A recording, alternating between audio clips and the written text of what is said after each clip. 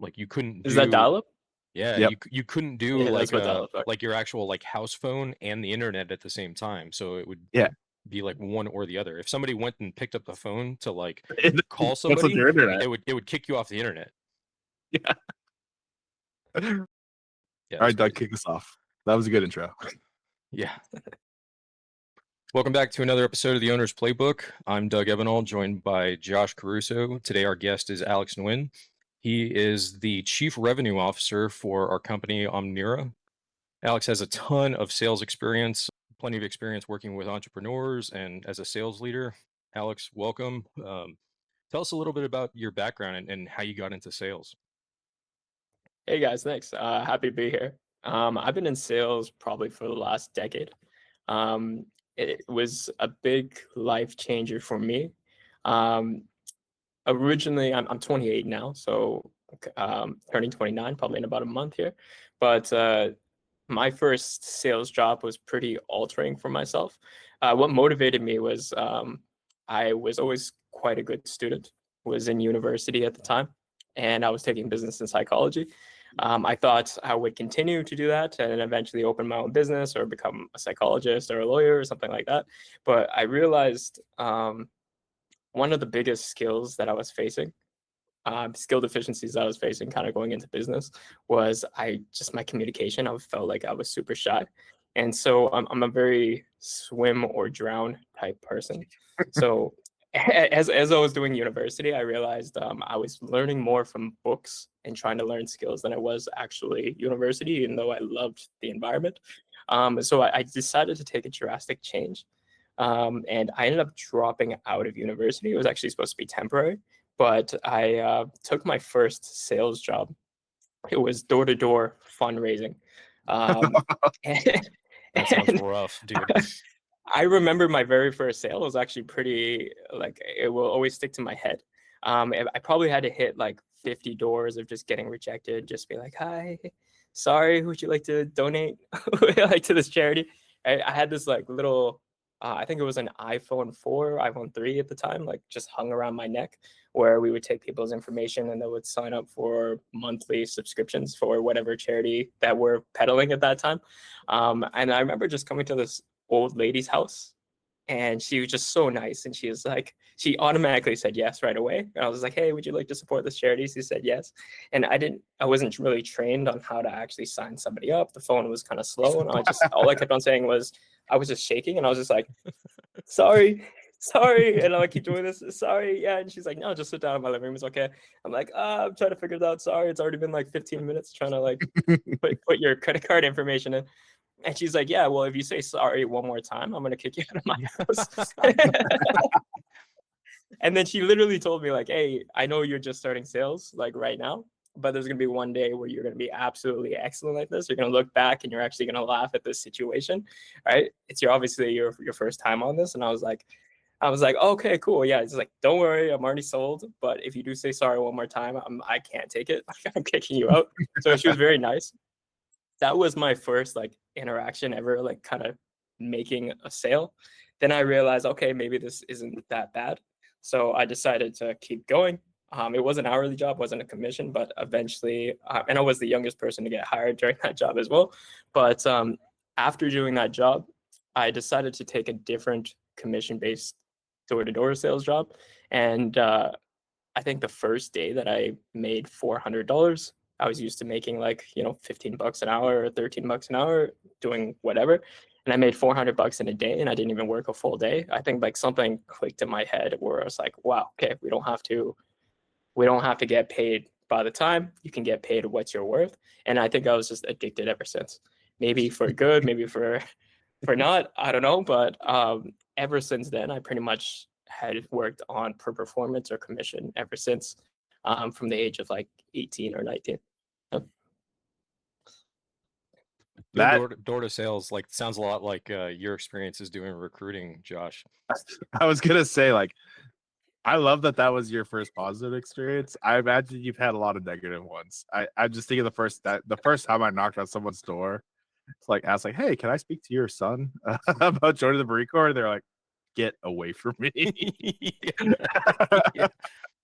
But yeah, no, I mean, I think we've all had personal experiences of people like coming to your door and trying to like pitch you, and that for people that haven't done it, that is incredibly nerve wracking and scary. So like, tell us a little bit more, yeah, about like how those war wounds have shaped who you are now, and like kind of the mentality that you have going into sales today. Yeah, I mean, especially with that first job, because we are kind of pitching charity, and I was kind of in Canada. When you're a kid, everybody's kind of like raised as a socialist, I would say, like when going through high school, especially in Canada. So like coming out of high school and being like, hey, I'm here to save the world one door at a time, right? I guess that was kind of like my motivation. We were paid hourly, but your job would be cut as soon as you can't make your numbers. So that was kind of Mhm. a little bit crappy on my first experience. I think the worst part of that, in my situation, right, there was no negotiation of me losing my job, right? Yeah, I needed Yes. to work and make money, of course. But I think the worst part of that was that in Canada, especially during the winter time, it gets dark at like 4:30, 5 p.m., Mhm. right? And it was, since I was being paid hourly, it was like rain or shine, you're getting out there. So literally in the dark, freezing dark, cold rain, would be knocking until like 8 p.m. And I remember certain neighborhoods, you get assigned whatever neighborhood that they give you, and you just kind of canvas that area for whatever for the day. And I just remember finally like just knocking on a door at like 7 p.m. It's pouring down rain, it's dark, it's cold, and then just randomly bumping into like my old schoolmates or girls I used to go to school with or whatever, and they just see me drenched in there with like a thing on my neck and trying to ask them for charity. And I just remember specifically like somebody was just like, "Hey," and I'm like, "Hey." She's like, "Yeah, you should go home." Like as soon as I like told them what I was doing, I'm like, "Yeah, you're probably right, but yeah, I can't." But I think part of that swim or drown mentality, when you kind of force yourself, like there's no and, if, or but, you're doing it, but that uncomfortable, I guess, process is just, you start to internalize it as just part of the process. Rather, what happens in between, you're trying to get to this goal. So I think that really helped me speed run my communication, where it used to not be like probably one of my weakest attributes. Now it actually comes out to be one of my strongest, just from having to done door-to-door sales for over 6 years. And even from that experience, I'm actually surprised looking back at the fact that I managed to do door-to-door for so long. It's always been like a not door-to-door consistently for the 6 years, but it's always been a skill and something that I've always had. Even when I was building up my businesses, I think my mentality is like, okay, now I've learned the skill, I will never be broke again, or I'll never go without money. And so it's given me a lot of bigger platforms to essentially take risk. For a lot of months where I was teaching myself skills like marketing, systems, building websites, and kind of taking chances on startups. I literally could just, if I ran out of money, I would literally just go knock my neighborhood for like a couple of hours and drum up $2,000 worth of work, doing kind of like services and things like that. And I'd be like, okay, I don't need money for another couple weeks or a month, and I had full freedom to do whatever I want. I think just having that skill kind of gave me security, in the sense that sales is always there, and that's something that nobody could take away from it.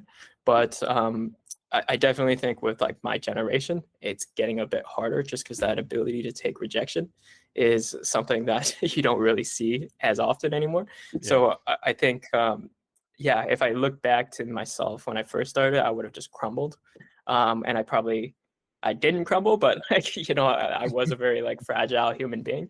But I'm very I'm very happy that I continue to do that, and that I have very severe thick skin because of it. Yeah. So, What made you decide to do that? Go start out on your own and start your own businesses? I'm sure you saw like a lot of bad cases and good cases and examples of other businesses and things people warn you about. But like, what made you take that step? I think one one thing I did transition to after the fundraising is I started selling door-to-door telecom for a marketing agency, like selling phones and internet plans and things like that. I promoted quite quickly, and my manager for that specific process, he started his own marketing company. He went back to Australia. I followed him and tried to help him with his company. and it didn't quite work out. But I think getting exposed to different setups, different businesses, it kind of showed me like how I would do things. I always had kind of like an opinion, like, hey, if I were in the seat as the owner or whatever it is, I always had critiques of like, this is how I would do it. I'm never really a negative person or things like that. But I think after that tipping point and then working in a couple of other businesses, I kind of built up a bit of a confidence, like, yeah, I can totally do this. I think I did have a couple of businesses that failed. For example, I used to fix phones for people. I used to teach old people how to use computers and phones and things like that. But there was just a lot of different things that happened where I wasn't consistent. But I think my first business that really took off was I for summer I decided to do like exterior maintenance for a company where they just washed windows, cleaned gutters. Over in the Pacific here, we have like moss growing on people's roofs. So it's a big high ticket item to like clean people's roofs and then spray it down with chemicals so the moss doesn't grow back. I did that for a summer and I realized I could make a lot of money each day doing so. Then I realized like, hey, the only thing that I was missing from actually doing this was some tools. So I went up to my buddy and we split a business 50-50 and we're just like, okay, cool. Let's just buy some tools. Let's get a truck and let's just do this. He wanted to take a little bit more on the marketing side and the system side. I would just do like more of the sales, the actual service. And the first thing that we did is we we just started with a lawnmower. That was the very first thing, just because that's the only thing that we had. And so I just started knocking doors, mowing enough lawns until I had like $200. I had $200. I'm like, okay, what's the next thing we could do? We made posters, we got cutouts, we started putting them all across the town. Once I realized that was actually bringing in business, and I was like, okay, well, I need more time. I started hiring my brothers to actually like mark on their Google Maps, do these posters with pull tabs. And then essentially as soon as one customer came in, it was like game over, because essentially if one person on the street would essentially call us, I will sell them a little bit cheaper just so that I'm on the street. And as soon as I can be like, hey, I just did Johnson's next door, right? Mhm. Just because I'm here, we actually do something called a neighborhood discount. Instead of me charging you like $100 just to show up from across town, right? I can actually take $100 off my price and just get your job done today.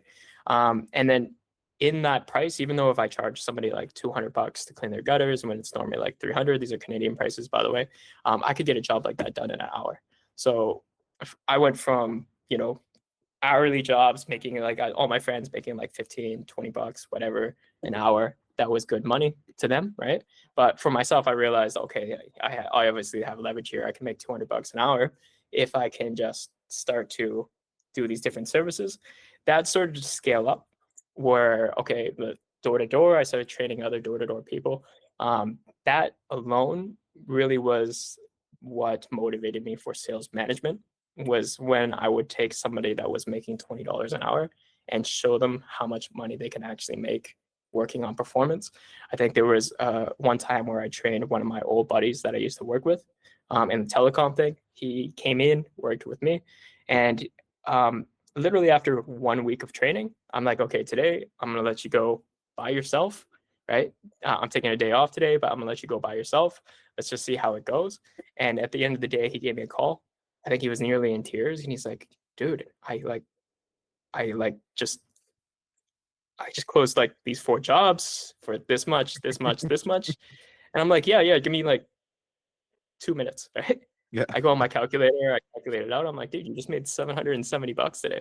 And I'm like, the day's not even over. Nice. And nice. he was like, he was just kind of like what?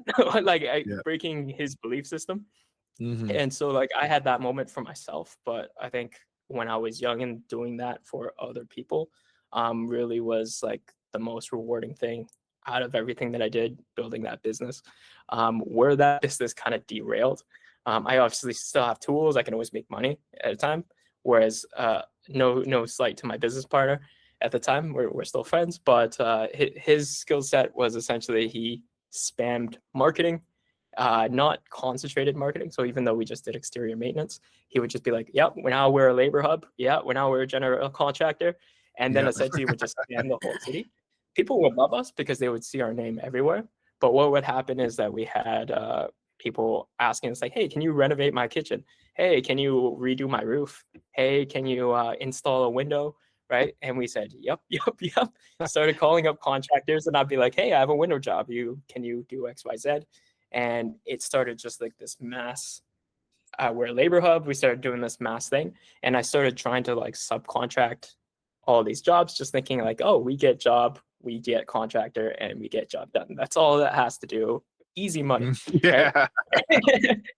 What I didn't realize was that every 10 jobs that went right, because we were a 5-star company. Every single customer that deals with me, dealing with me personally, I'm very like prideful. Like, you don't even pay me until you're happy. Like, everything's gonna be done perfectly. With the exterior maintenance, it was high revenue, and very profitable. Jobs get done on the same day. It's very aesthetically appealing because, like, if you're pressure washing something, cleaning windows, you walk around with a client, they're always super happy. But when it comes to doing a kitchen or doing a big renovation, right, you hire a subcontractor. Okay, we do our due diligence. They have insurance, cool.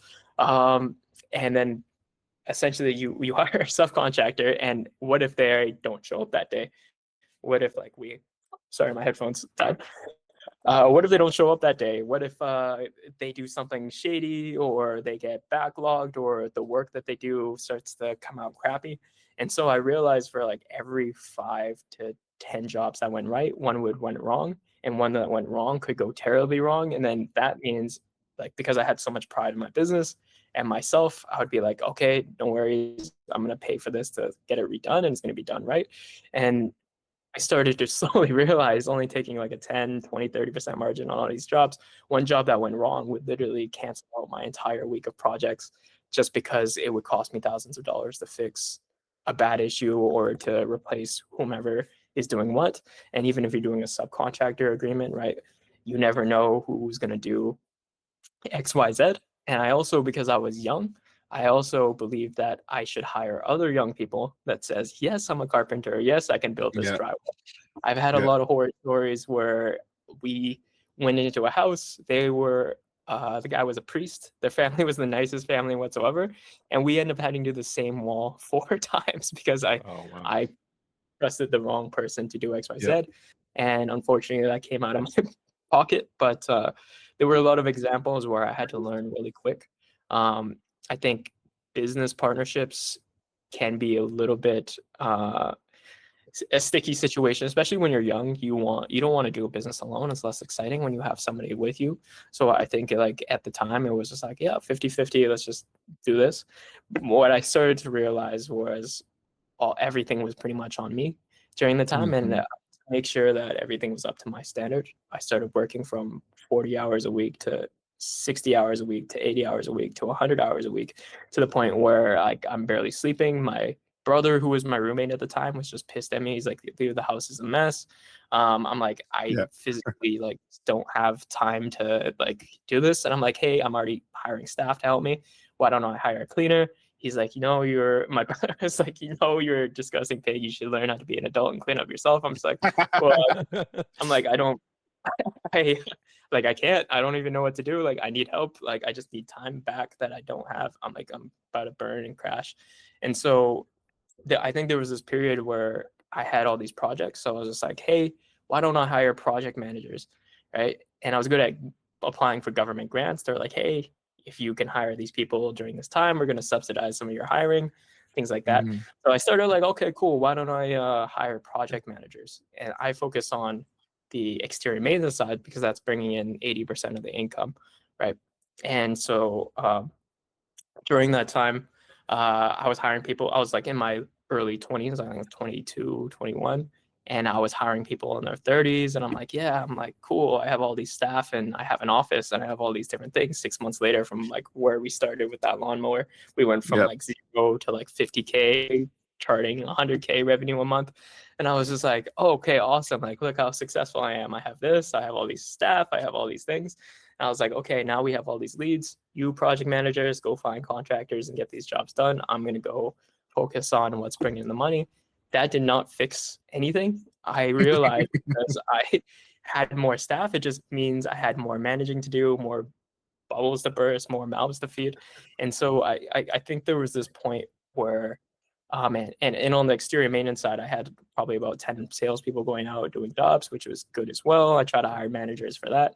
But I think there got to this point where I was just like, I'm like, I literally, things are going to crash and burn. Like there's no and if or buts. It's not because I can't keep it going, but like I physically am about to crash and burn. And I went up to my business partner. I'm like, hey man, like I'm working 100 hours a week.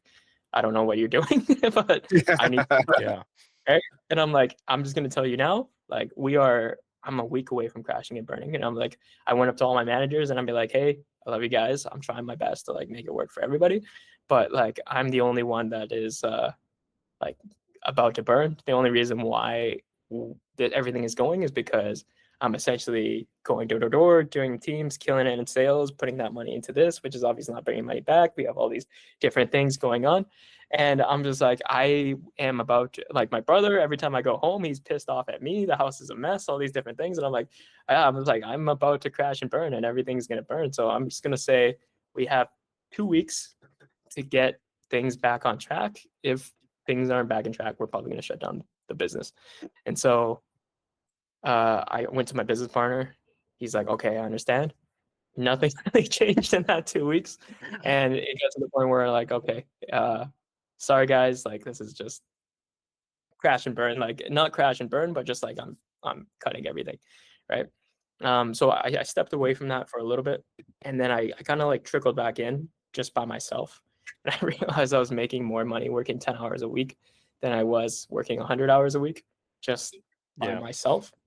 So I think that year specifically was just like a very big crash course for me to understand the viability of businesses and like how, the importance of building lean and partnerships and management and organization, which I feel like organization was my weakest point going forward from there, just because running around with half a brain, I realized doing more isn't always more. Yeah, so that was my first successful and failed business that was actually a real business. Luckily, I got to do that when I was young, so that kind of set me um, a pretty good basis points for like my skills and how I wanted to develop from there. But yeah, that would probably be like the one business lesson that I will never forget that kind of translates into everything that I do. I think that's an amazing story, and it is the story of almost every single entrepreneur. I think we all go through that learning experience. I do think it's amazing that you came out ahead in terms of like mentality and like just use it as a learning experience. But I do know like every single small business owner today is probably facing that some level of that cycle of, all right, cool, we're doing well. Let's grow, let's grow, let's grow, let's grow, let's grow. But the personal cost on that when you don't have a system in place is definitely it's painful. I mean, I've experienced it as well. I think I would just float away that you did it so young. But I guess yeah, that's the time to figure it out. I mean, I love it. I love all of it. Yeah, definitely a huge learning experience, and it gives you the background too to like understand what entrepreneurs are going through, and just makes everything somewhat relatable because you've been there and you've been in those shoes. And and through a lot of that stuff, like, even just like, in what you're doing right now with running sales, leading teams and things, you've learned a lot, and even about leadership and stuff. So like, um I would guess saying now, like moving on to the next question, like what does it actually take to build a sales team? From your experience, what you've learned, how do you do that? Where do you even start? Yeah, I've worked in a lot of startups. So there's different situations when you have a bit more of an established uh, team. I guess it's a little bit different. In that case, it's very easy, I would say, especially in door to door for me. Where I found easy sales management success is that I would just simply have people shadow me, and until the point where they can see what I'm doing and just see if they could replicate it. And then it would just flip over where I will shadow them and see if they, and kind of like uh, kind of guide them to see if they can replicate that success. In some cases, I've seen people be more successful than me. Maybe they're just handsome guys are naturally charismatic or whatever it may be. But I think when it comes to working in an established, if you're making money and you can show people that you're making money, right, that's really all that it takes. Especially if you're in my background back then, I was taking a lot of my younger friends who've never made more than $20 an hour to actually show them what is actually possible if you're just good at talking. And I'm pretty sharp. When it comes to startups and motivating sales teams, it's really good to have a North Star. People love to see traction, but people always love to see like a bigger vision. I think culture comes into a lot of that too. When you're kind of working like a team, it's almost like a brotherhood, kind of in the sense that everybody's trying to get into this goal. They can see exactly what you're trying to do. And of course, like the main thing for any type of team or sales environment, right? You have to try to lead by example. Your work ethic will translate to their work ethic. You can't expect people to match. If you're working 3 times harder than them, then you can kind of get them to work, at least a third of that, then you're kind of successful. But definitely really good communication, culture, all those type of things. Sales is a very hard job, right? So like there's these ups and downs. In order for people to ride those up and downs, they have to see the bigger picture.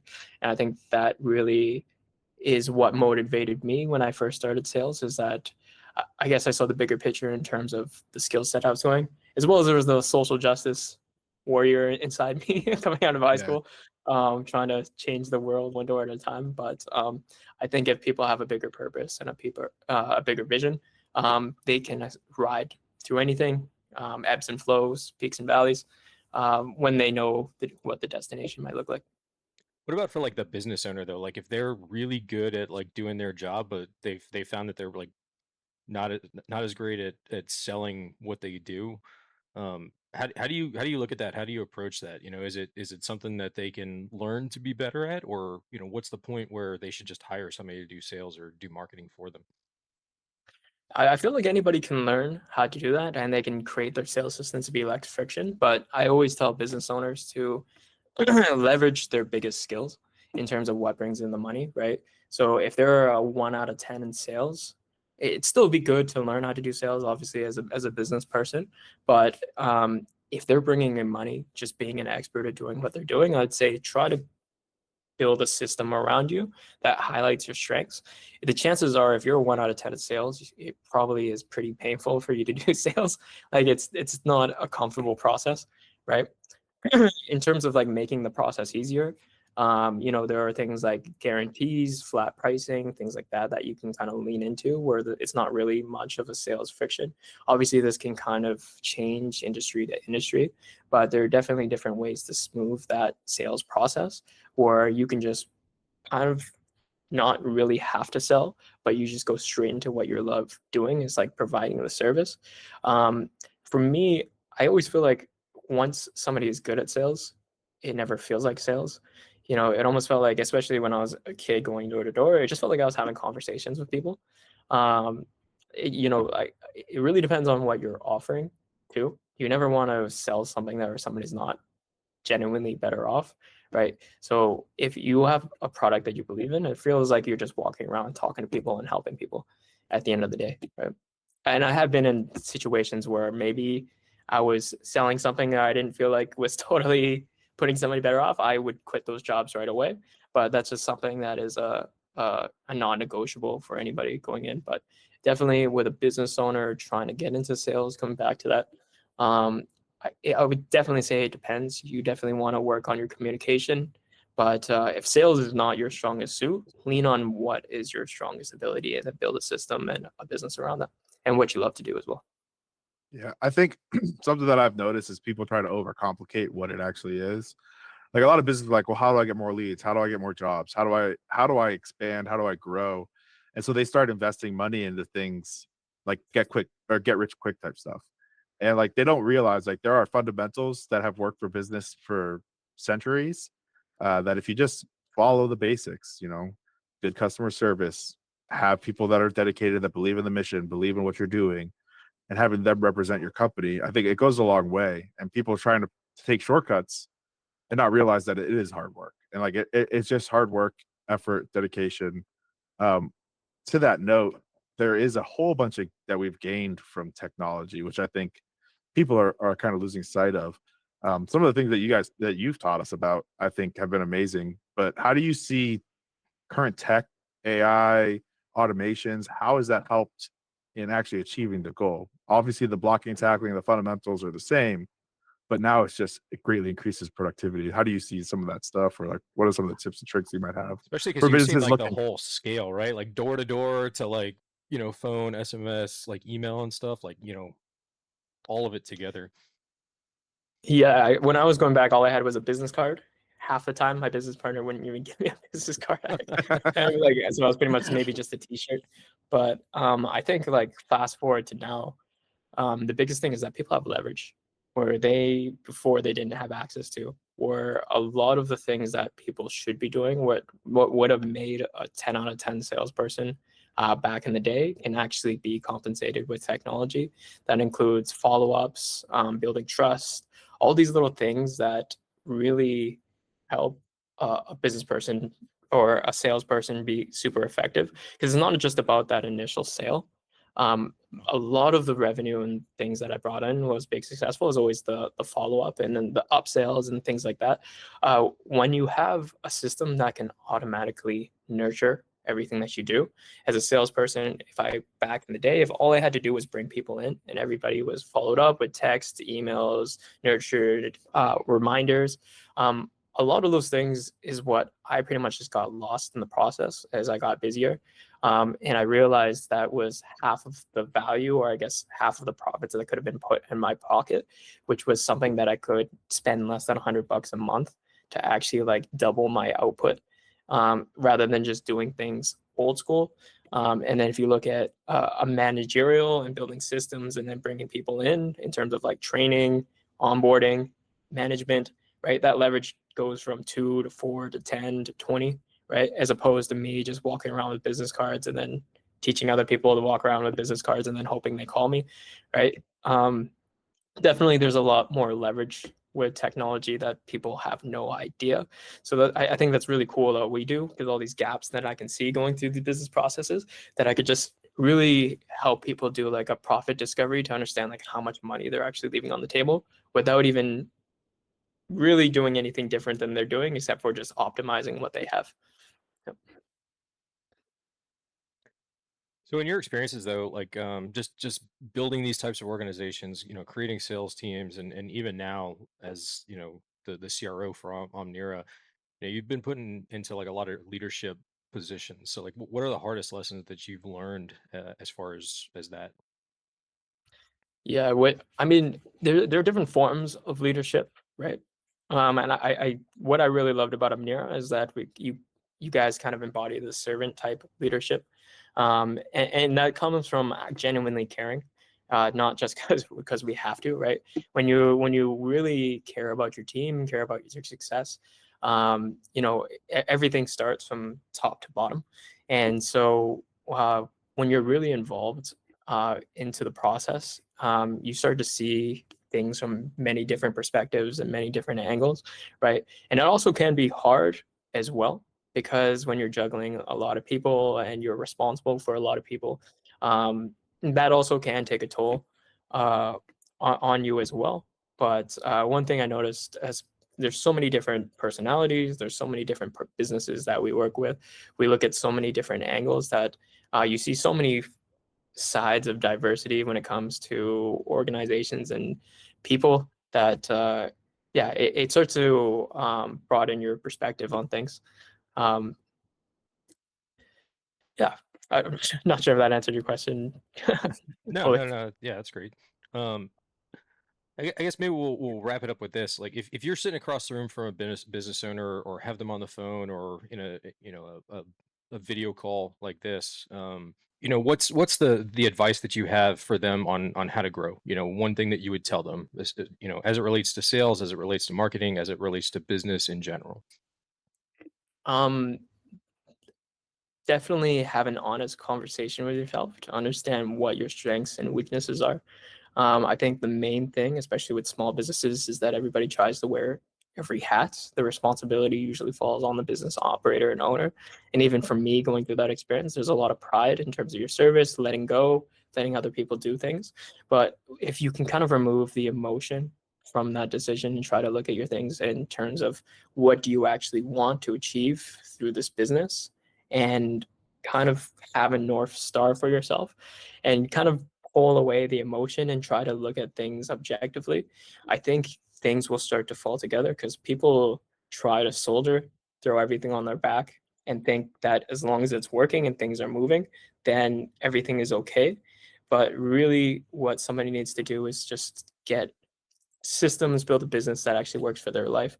Because really, I think it's just removing that ego and really looking at objective that you have, and then essentially filling in the gaps of your strengths and weaknesses to actually achieve what you want to achieve. And emotion, I know business should be logical. We're emotional creatures. I think that gets really wrapped around, especially dealing with business partners, family members, team members, things like that. It's definitely good to try to look at the bigger picture. Alex, I think that that is great advice, and very wise for someone so young. I think a lot of us get lost in what it is that we're actually doing. I think that's the biggest cause of burnout, really, is just you have a purpose going in of what it is that you want, but losing sight of that purpose. I always tell people it's like when you're an entrepreneur, you are working 100 hours a week so that you don't have to work 40 hours a week. And I think people, when they don't understand the reason or the why of why they're doing that and why they're working so hard, I think that's where you lose hope, and that's kind of where it fails. So I think like what you're saying, the honest assessment, knowing your strengths and weaknesses, building towards that, and keeping an eye on that North Star, I think that'll get you through a lot of hurdles, a lot of struggles that seem insurmountable. And also, I want to thank you again for taking your time to talk to us about this. Obviously, you've been killing it. So we love having you as part of Omnyra. But separately, I think you are a great resource for other small business owners. Hopefully, they can learn some lessons from the lessons that you've learned, and some of the scars that you carry to go forward and be a little bit more inspired with what they're doing.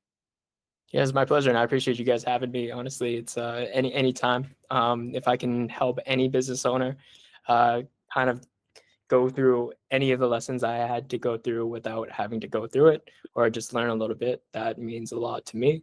I appreciate you guys bringing me in to be able to help business owners on this capacity. I love what Omnyra does. I love what I do.